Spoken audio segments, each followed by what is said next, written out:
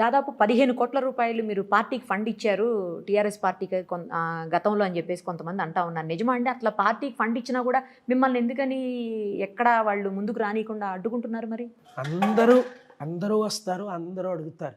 కేసీఆర్ గారు 10 కోట్ల రూపాయలు అడగడం దిలీప్ గారు తీసుకొచ్చినప్పుడు చారిటీ సిటీ అడిగారు.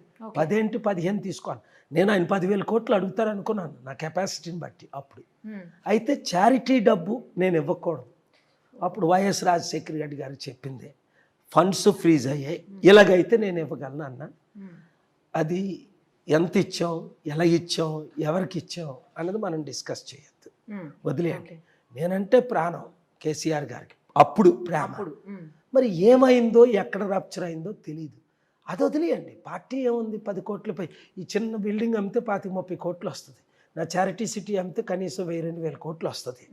నా ఇక్రిసాట్ ల్యాండ్ 800 అమ్మితే 16,000 కోట్లు వస్తుంది. నా ఒక్క ఐలాండ్ అమ్మితే 1,000 కోట్లు వస్తుంది. ఇలాంటివన్నీ చారిటీకి ఇచ్చేసాను. నాకు ₹1,00,000 ఆస్తి లేదు, పర్సనల్గా ఎప్పుడు సంపాదించుకోలేదు అమెరికా. నా సొంత డబ్బు ఇది. క్రిస్టియన్ మిషనరీస్ నాకు $1 ఇవ్వరు, నేను తీసుకోను. American governments, Indian governments, freelance. నేను హైయెస్ట్ పెయిడ్ స్పీకర్. ఇప్పుడు పవన్ కళ్యాణ్ యాక్ట్ చేస్తే 5-10 కోట్లు ఎలాగిస్తారో, నేను ఒక స్పీచ్ ఇస్తే కొత్తలో $1 మిలియన్ ఇచ్చేవారు, 5-7 కోట్లు, తర్వాత 5 మిలియన్లు, 35 కోట్లు, ఒక 20 నిమిషాలు. ఒకసారి అయితే 100 బిలియన్ రేజ్ చేసాం, 14 అకౌంట్స్. అమెరికన్ గవర్నమెంట్ తట్టుకోలేక నేను శాంతికి నెంబర్ 1 అయ్యాను. మనకున్న aeroplane global peace 1 American government కంటే ఎయిర్ ఫోర్స్ 1 కంటే మంచిది. స్పెషల్ పెర్ఫార్మెన్స్ ఉన్నాయి. ఇప్పుడు మీకు ఉంది కదా హెలికాప్టర్, 2 747 ఉన్నాయి, తత్మ ఏరోప్లేన్లు అన్నీ ఉన్నాయి. అయితే ఏం చేశారంటే లైసెన్స్లు క్యాన్సిల్ చేశారు అమెరికన్ గవర్నమెంట్.